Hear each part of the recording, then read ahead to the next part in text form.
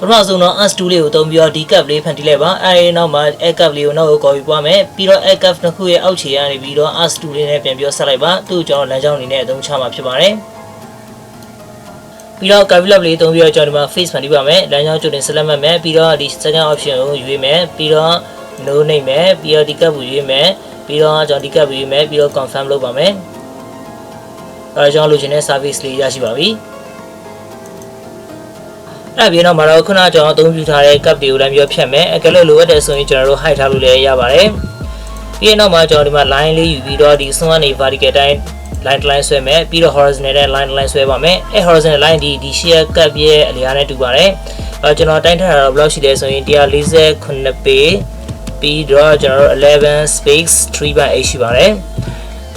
အကယ်လို့ကိုယ်အတိုင်းရှင်းနေဆိုရင် entity format လည်းမျိုးတိုင်းလို့ရပါတယ်အဲ့တော့မှဆုံးသွားပြီဆိုရင်ကျွန်တော်နောက်ထပ် add line ကိုကျွန်တော်အဆုံးမလမ်းမျိုးဆက်လိုက်မယ်သိထားပါအဆုံးမဆက်မပါအောင်ဆိုရင်အဆင်ပြေမှာပါဘာကြောင့်ဆိုကျွန်တော် florify သုံးမှဖြစ်တဲ့ကြောင့်လို့ပါပြီးတော့ဒီမြင်းတစ်ခုဆက်လိုက်မယ်ပြီးတော့ group ဖွဲ့လိုက်မယ်ပြီးတော့ကျွန်တော်ထပ်ပြီးတော့ line လေးယူမယ်အဲ့ line ရဲ့ရှည်ဒီဘယ်လောက်သွားမလဲဆိုရင်ကျွန်တော်တို့ကဒီအစုံနဲ့သွားမယ်ပြီးတော့နောက်ထပ် x ဝင်ရိုးတိုင်းကျွန်တော်တို့လာမယ်ပြီးမှဒီမှာ click နှိပ်မယ်ပြီးတော့ဒီမှာထပ်ပြီးတော့ click နှိပ်မယ်အဲ့တော့ဒီမှာ face တစ်ခုလေးရပါပြီ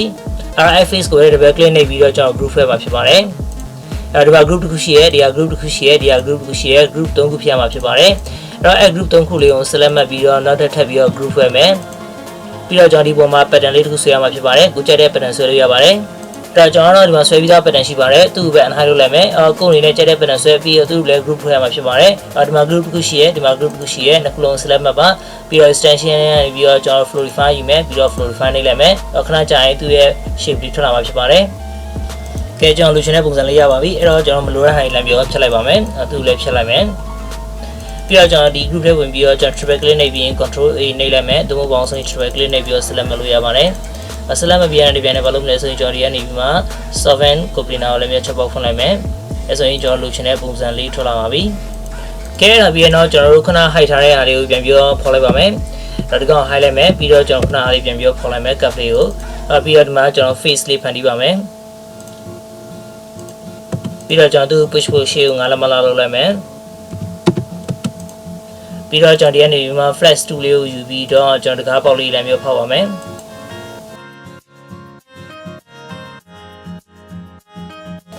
ကဲအဲ့ဒါပြီးတော့မှကျွန်တော်ဒီမှာ man လေး apply လုပ်လိုက်ပါမယ်ကျွန်တော်ဒီကနေတခြားလေးဝင်မယ်ပြီးတော့ကိုလိုချင်တဲ့တခြားလေးယူမယ်ပြီးတော့ click နှိပ်လိုက်မယ်ကဲအဲ့ဒါပြီးတော့မှကျွန်တော်ဒီမှာ hide ထားတဲ့ line လေးရှိပါတယ်အဲ့ line လေးကိုလည်းမျိုးဖော်လိုက်မယ်okay အဲ့ဒါပြီးတော့မှကျွန်တော်တို့အဲ့ line ထဲလည်းမျိုးဝင်မယ် man frame နေနဲ့အလုံးလို့ပါပြီးတော့အဲ့ control A နှိပ်ပြီး select မှတ်လိုက်မယ်ပြီးတော့ profile builder tree တုံးမယ်ပြီးရင်ကိုကြိုက်တဲ့ site လေးကိုယူပါယူပြချိန်ကြာရင်ဒီမှာသူ့နှိပ်လိုက်မယ် okay ကျွန်တော်လိုချင်တဲ့ frame လေးရရှိပါပြီဒါကတော့ကျွန်တော်တို့လိုချင်တဲ့ organic model လေးပါ